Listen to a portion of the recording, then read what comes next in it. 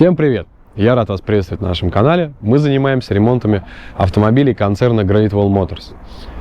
В сегодняшнем видео будет Hover H5, турбодизель, ну как обычно, короче, 4D20. С заменой мотора. Человек дважды уже ремонтировал прокладку.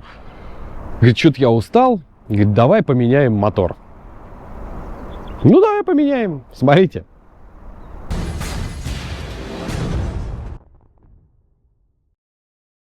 Хозяин, значит, в прошлом году он пытался к нам попасть на ремонт, не было денег, сейчас тут вот денег подкопил, и в итоге, говорит, давай, говорит, менять мотор. Вот, значит, сейчас покажу, что там у нас по пробегу. Помимо мотора здесь еще надо будет по ходовой немножко поковыряться. Значит, по пробегу. У нас здесь, сейчас заодно продемонстрирую запуск. По пробегу у нас 150, ну пробег 100% скрученный, даже сам хозяин говорит. Сейчас. Заводится, не сказать, что хорошо, это я сейчас ее выгнал там у нас с закуточка. То есть масло, лампочка погасла, а когда завел, лампочка масла достаточно долго горела. По работе двигателя, значит, ну шумновато, но вроде ничего. Но... Всем привет! В общем, вот он наш сегодняшний пациент. Значит, машина с Нижнего Новгорода. Проблема следующая. Значит, дважды уже менялась прокладка ГБЦ. Хозяин, значит, в прошлом году он пытался к нам попасть на ремонт. Не было денег. Сейчас тут вот денег подкопил. И в итоге, говорит, давай, говорит, менять мотор. Вот. Значит, сейчас покажу, что там у нас по пробегу. Помимо мотора здесь еще надо будет по ходовой немножко поковыряться. Значит, по пробегу. У нас здесь, сейчас заодно продемонстрирую запуск. По пробегу у нас 150, ну пробег 100% скрученный, даже сам хозяин говорит. Сейчас. Заводится, не сказать, что хорошо, это я сейчас ее выгнал там у нас с закуточка. То есть масло, лампочка погасла, а когда завел, лампочка масла достаточно долго горела. По работе двигателя, значит, ну, шумновато, но вроде ничего. Но это сейчас вот она еще поработала, а когда завел, она еще таким сизым облаком выплюнула. То есть здесь надо будет сейчас досконально проверять и топливную аппаратуру, и турбокомпрессор. Сейчас попробуем.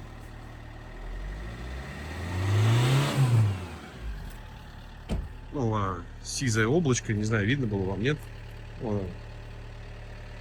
Ну, в общем, сейчас загоняем, вытаскиваем мотор и приступаем к разбору. Тут еще по подвеске он нам что-то привез. Сейчас я тут посмотрел. Тут были какие-то сайлентблоки, какие-то патрубки. Это что такое? Это вот он нижнюю крышечку ГРМ привез. Говорит, у него тогда оборвало ремень, по-моему, и он, ну, в общем, крышку изуродовал. Ну, такое бывает. Здесь по нижним рычагам, по передним сайлентблоков он привез. В общем, надо будет поменять. Он еще попросил петлю двери поменять. Но, честно скажу, я этим заниматься не буду. Так, значит, сейчас, я говорю, перекатываем ее в бокс.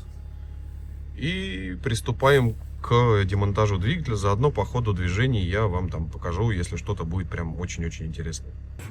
Итак, значит, вот у нас подкапоточка. Пока у меня сливается масло. Смотрим. Ну, прокладка клапанной крышки течет. Причем так хорошо. Ну, может быть, сапунит. Не знаю. Ладно, не суть. Там вот с той стороны сейчас мы отчетливо видим, что у нас течет с ЕГР. Вот видите, масло. Коллектор весь сырой. И у нас уже стык блока с ГБЦ тоже весь сырой. Потом, сейчас, Здесь тоже все в масле. Хозяин сказал, что в двигателе уже бывали. Так, правда, сейчас не поймешь. Он говорит, герметик типа не заводской, хотя вот здесь вот торчит кончик. Кончик синего герметика. Сейчас мы вот так вот поднырнем сюда. Вот здесь у нас прям отчетливо торчит герметик, да? Синий? Никого тут в моторе не было. Ну, либо кто-то просто не зачистил и посадил это все обратно. Но я очень сомневаюсь. То есть здесь синий-синий герметик. Хотя вот там какие-то следы красного проявляются. Я не знаю, вам, наверное, не видно. А я вот в свою очередь вижу очень хорошо. Вот здесь вот. Ну, ладно, это бог бы с ним. Это не так, чтобы... Здесь, конечно, все такое грязное, чумазое по маслу. Сейчас вот перелезем здесь. Ну, каких-либо масляных вкраплений я пока не вижу на пробке. Да и здесь тоже, в общем-то. Ну да не суть. Ладно, сейчас мы приступаем к разбору всего этого безобразия. Сейчас мне надо еще антифриз слить. Вот. Нет. А вот есть немножко в масле. Вот, сейчас попробую. Немножко вкраплений, вот они побежали. Немножко вкраплений есть. Сейчас надо слить с него антифриз. Потому что там система сейчас под давлением. Я тут пробочку попробовал открыть, она у меня начала шипеть. Думаю, надо аккуратненько, плавненько все это сбросить. Вот тут пока разбираю потихонечку, да. Ну, турбина уже имеет очень приличный люфт. Причем как и осевой, так и продольный. То есть турбина в ремонт. По форсункам. Сейчас вот форсуночки я здесь аккуратненько сложил. Такое ощущение, что не так давно кто-то что-то с ними делал. Но вот посмотрите на колечки. Это вот с этих форсунок я снял. Они... Такое ощущение, что кто-то их сам делал. И, скорее всего, он был не сильно трезв, когда сверлил это. Ну, да не суть. Сейчас, я говорю, мне тут надо потихонечку избавиться от проводки. Снять, наверное, клапан EGR, чтобы он мне не мешался тут доступу ко всему остальному. Ну, как бы потихоньку, помаленьку, я говорю, гидроусилитель надо отстрелить. Компрессор кондиционера отстрелить, чтобы он нам в сторонку, чтобы он нам не мешался. Мы обычно систему кондиционирования не стравливаем. Вот. Сейчас, я говорю, потихонечку, помаленечку доберусь я до того, чтобы открутить все это безобразие. Единственное, что, блин, тут, конечно, стоит EGR, самовар, теплообменник сзади.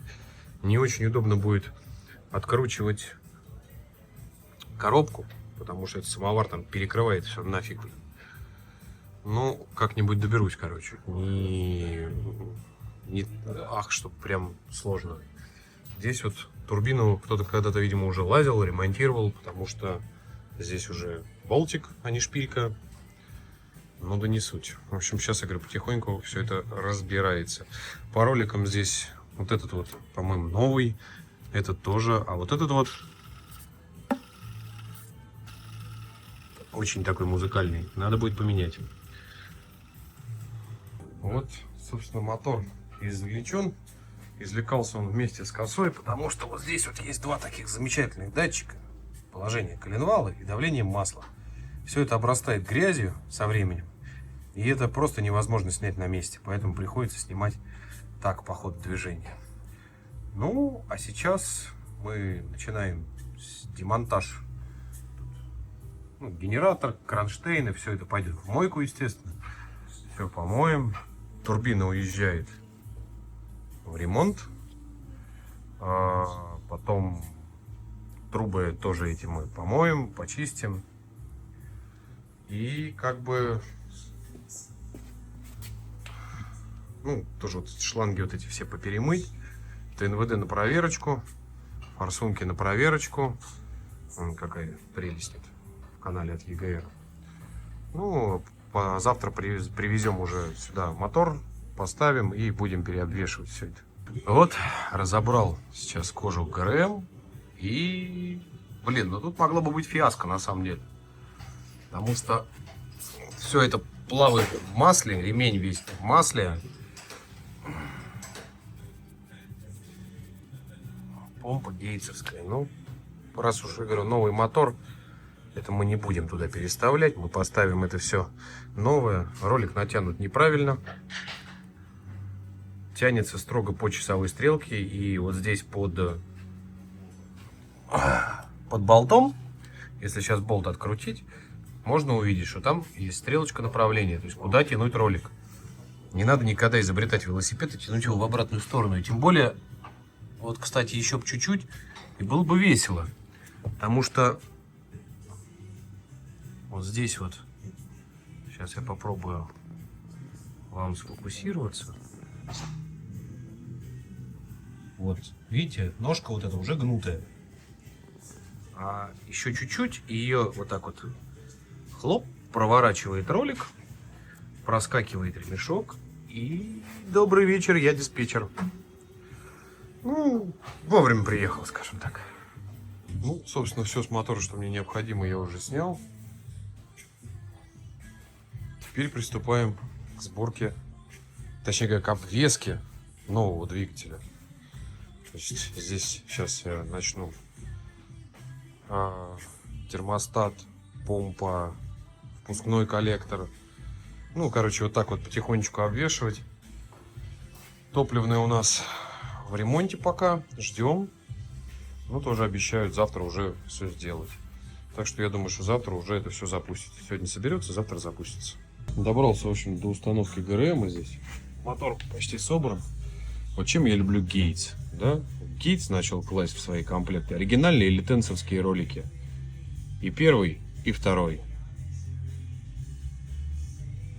И поэтому я говорю, я больше за Гейтс. Мне вот последние, наверное, 3 года я ставлю исключительно только Гейтс. Вся продукция у меня идет. То есть это и водяные насосы, и все. Вот у меня в основной массе все идет Гейтс.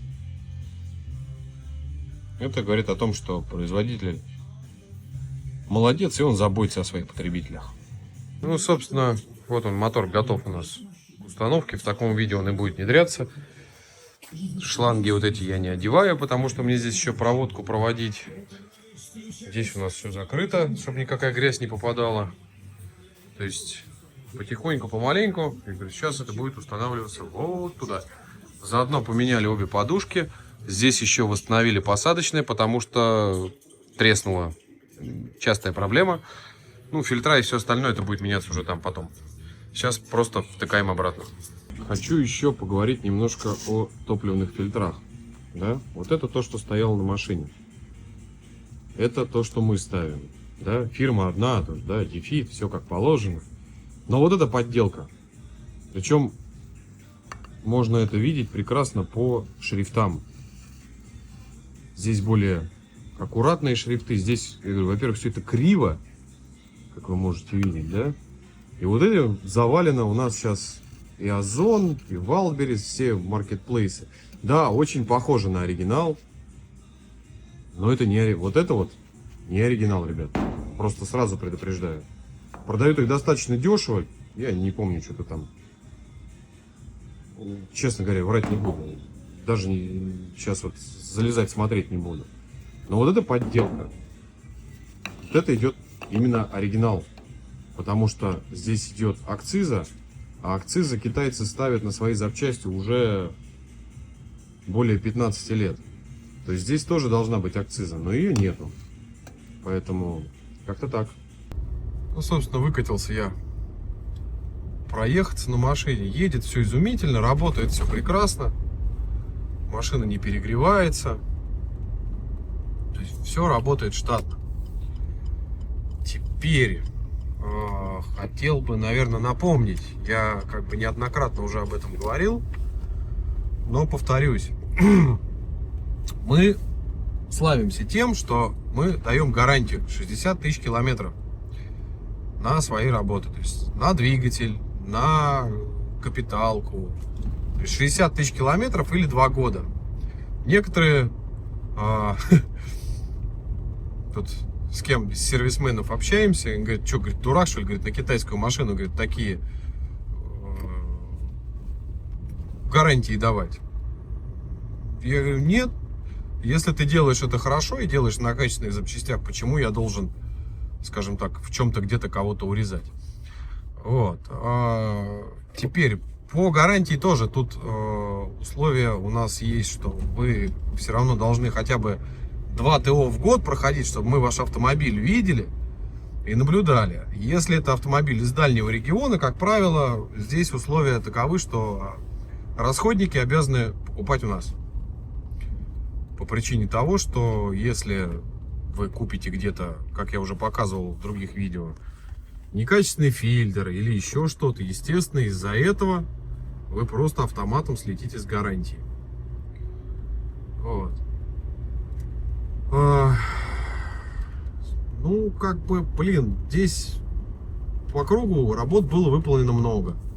Можно было бы, конечно, отремонтировать еще ТНВД, но топливщики сказали, говорят, что процесс только-только начинается, и если, говорит, человек будет вовремя все ремонтировать, ну, не ремонтировать, а если человек будет вовремя менять расходники и лить хотя бы более-менее нормальную солярку, 1000 на 100 хватит.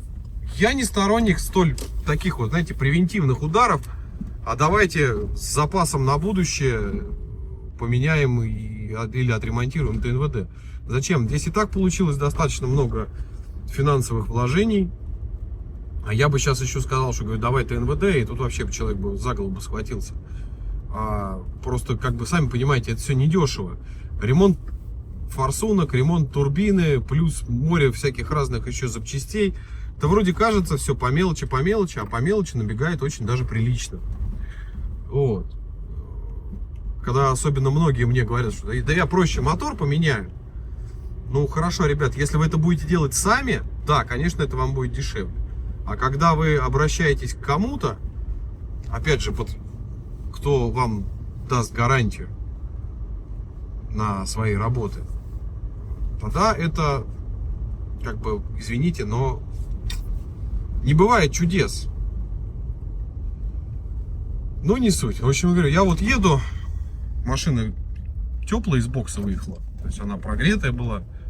Сейчас здесь где-то там 78, 79 градусов двигатель. Вот мы с вами катимся потихоньку, помаленьку. Я, конечно, сейчас не впуливаю по одной простой причине, что мотор этот на обкатке. Сейчас его надо правильно обкатать, и тогда проблем с дальнейшей эксплуатацией этого двигателя у вас не будет. Если, опять же, соблюдать рекомендации, которые мы дадим. Вот как бы и все. Ну а сейчас я просто перекачу автомобиль на другую стоянку, чтобы он у нас там боксов не стоял, не занимал место. И так с местом там не очень. Как бы вот. Ну а дальше там подытожим еще. Ну, в общем-то, как бы обычная типовая ситуация у нас уже. То есть, как бы мы эти моторы там меняем в течение 3-4 дней. И то это больше я перестраховываю, чтобы успеть покататься, еще понять, что все нормально, проверить, что нигде ничего не течет. В принципе, ничего сложного. Решение от хозяина поменять мотор может быть отчасти и правильное, но, забегая наперед, скажу, с этого мотора часть запчастей там ушла другому человеку на капитальный ремонт. Мотор на самом деле был в очень изумительном состоянии, и ГБЦ хорошие, то есть распредвалы, то есть в целом мотор бы еще бы побегал, если бы просто поменяли прокладку. Ну, а на этом все. Подписывайтесь на канал, пишем комментарии, ставим лайки. Контакты мои всегда есть в описании. Со мной всегда можно связаться. Всем всего хорошего. Пока-пока.